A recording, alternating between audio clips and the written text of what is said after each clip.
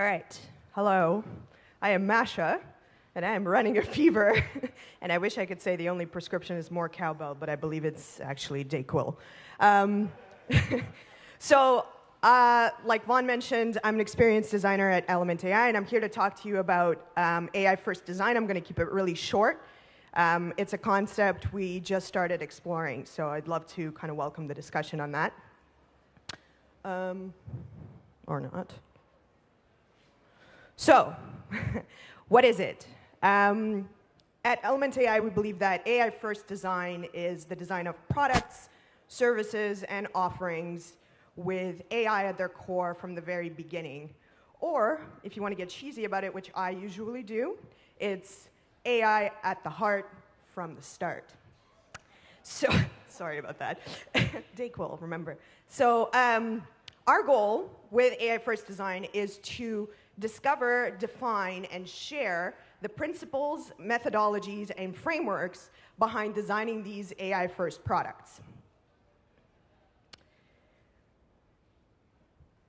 The idea behind designing AI-first products is really to optimize for symbiotic human-AI experiences, and I'll come right back to that. But first, I'd like to say that we also believe that AI is a fundamental shift in the way that we approach product design.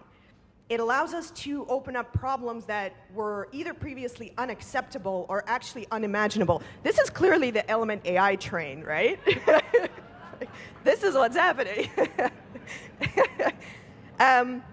So in this new paradigm shift, we also believe that some of the old design frameworks tend to break, which necessitates a new approach, and this is what I want to talk about.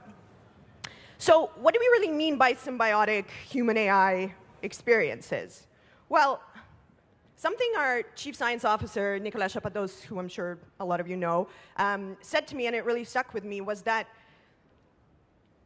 AI and machine learning models are really just mathematical representations or encodings of our own perceptions and mental models.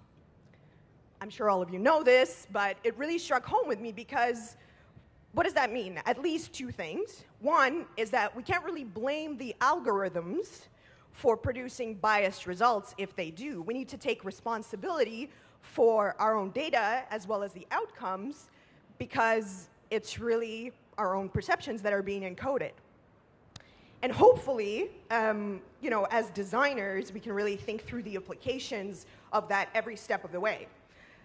And the second thing that we really must consider is to be conscious of the impact that these AI-first products will have on us, and hopefully optimize for those impacts to be positive, like gaining insight or actually becoming better versions of ourselves. So learning from machines as they learn from us. One thing that one of my other colleagues, Phil Baudouin, who's our SVP research at Element AI, likes to say is that we should design for the person that our user wants to be, which I think is a really lovely sentiment and just a really good way to think about it. And we really should be quite conscious of these impacts because they're not always obvious. So the folks earlier this morning, Frederica and others, talked a lot about this, the inherent bias and those kinds of things. But really, we should just think about every time we design about the impact of potentially making really good design decisions in hopes of things like reducing cognitive load and therefore, reducing the amount of information that you're presenting to the user, or, actually giving you things that you might like to look at, right? Or even things like psychological priming of our mail and messaging apps, right? If you're presented with some of those automatic answers, like I'm sure you guys have seen in like Inbox by Google, how do we actually not impact the train of thought of the user? Maybe they weren't thinking about responding that way, but now they're like, yeah, that's it. So because this is such a new area of exploration, we definitely don't know everything about it already.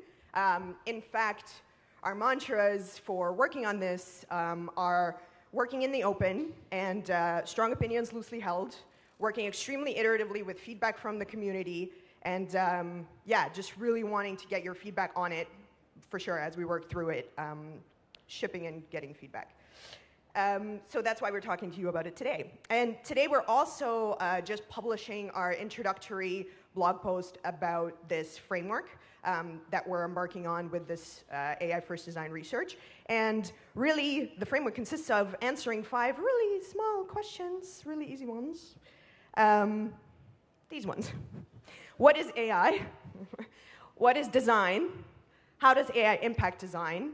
What is AI first? And finally, what is AI first design? Now, of course, these questions are really, really large, so we're not going to find the exact answers to them, but we want to make sure that we're all kind of setting a level playing field for people to have the discussion around it.